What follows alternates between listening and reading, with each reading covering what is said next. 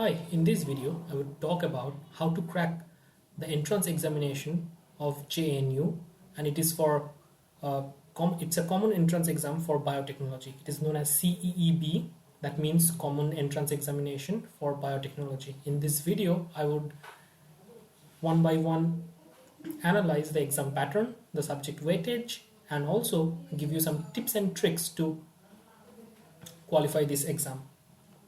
Now, once upon a time, I also gave this exam and got a rank of 2. So it's not a hard exam. And believe me, this exam is very easy if you study methodologically and study a little bit every day. You have to study less, but study smart. So here are some quick tips and tricks that you can use to study for this exam. For example, first and foremost, you need to have your basics cleared. Second thing, a daily practice of MCQ would help you to save your time and decide better. And also, you have to choose wisely in the day of answering the exam. So in the exam hall, you have to decide whether to answer this question or not, because exam hall is the most important time which decides your rank. Okay, now coming to the exam pattern. The exam paper has two parts, part A and part B. Part A, you have to answer 60 questions, but there are more than 60 questions. All these questions are majorly from biology, but there are also physics, chemistry, and mathematics based questions. And mostly these questions are 10 plus 2 level. So there are total 60 questions that you have to answer. And here you can choose wisely to answer. But there is a big con to it, because in the part A, the negative marking is pretty huge because it's half a mark's negative marking. So if you correctly answer it, you get a +1. If you do a mistake, then you get -half. So that's why playing part A is pretty difficult. So you have to carefully analyze the questions in part A and answer and decide how many to answer in part A. Part B is relatively easy because the negative marking is less. In part B, you also have 60 questions, but you have more than 60 questions and you have options more than 60 questions. So among that, you have to choose 60 questions. And definitely, if you answer it correctly, you get 3 marks. If you don't answer it correctly, 1 mark is deducted. So you have to be again careful about the negative marking. And it's not that hard, but you have to decide. If you're not sure about it, don't take the risk of doing a negative mark, because negative mark really lower down your ranks. And here is the weightage analysis. So among biology, mostly and frequently asked portions are molecular biology, cell biology, and biochemistry.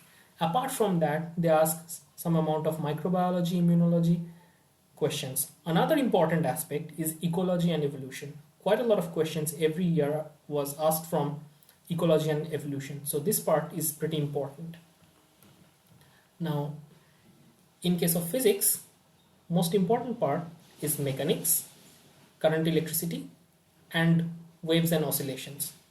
Now, there are other categories as well, but what my strategy was, I didn't look at other categories. I clearly targeted mechanics, little bit of waves and oscillations, and very little of current electricity. So let's say there are a lot of questions from mechanics, and if I can get all of the questions from mechanics correct, then I get a plus point. Instead of studying quite a lot of topics but not in depth, won't help. Instead, you can take the risk of studying less topics but in depth, such that you can answer all of these questions. So this was my strategy.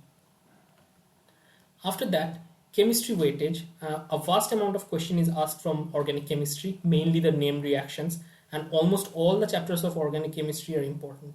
Apart from that, they ask quite a lot of physical chemistry questions, which are mainly analytical and numerical type questions. Whereas I completely ignored inorganic chemistry for this exam, because inorganic chemistry is pretty huge and hard to remember all those informations. I decided not to attempt for any of the inorganic chemistry questions. Now, in case of maths, again, a lot of question is asked from calculus. For my time, I only prepared for calculus and coordinate geometry because I was good at these two topics in class 12. So I studied mostly calculus and coordinate geometry, and didn't let go one of the questions in the exam. So I answered all of the questions regarding calculus and coordinate geometry in the exam. That gave me quite a lot of positive marks. So that means, so one of the possible thing that you can do is not to study a lot of the topics, but reduce the amount of topic that you learn, but learn in depth of some of those topics, which would help. Mainly calculus is one of the important focus, and also coordinate geometry or algebra. So that would help you to answer the part B questions. So this is the weightage analysis of all. And as per resources, I used a question explorer for last 10 years, and this is quite a nice one. I gave the link in the description. And also Pathfinder Academy's MCQ questions, which are important for IIT JAM, GNU, etc., etc. This is quite useful. I also used it.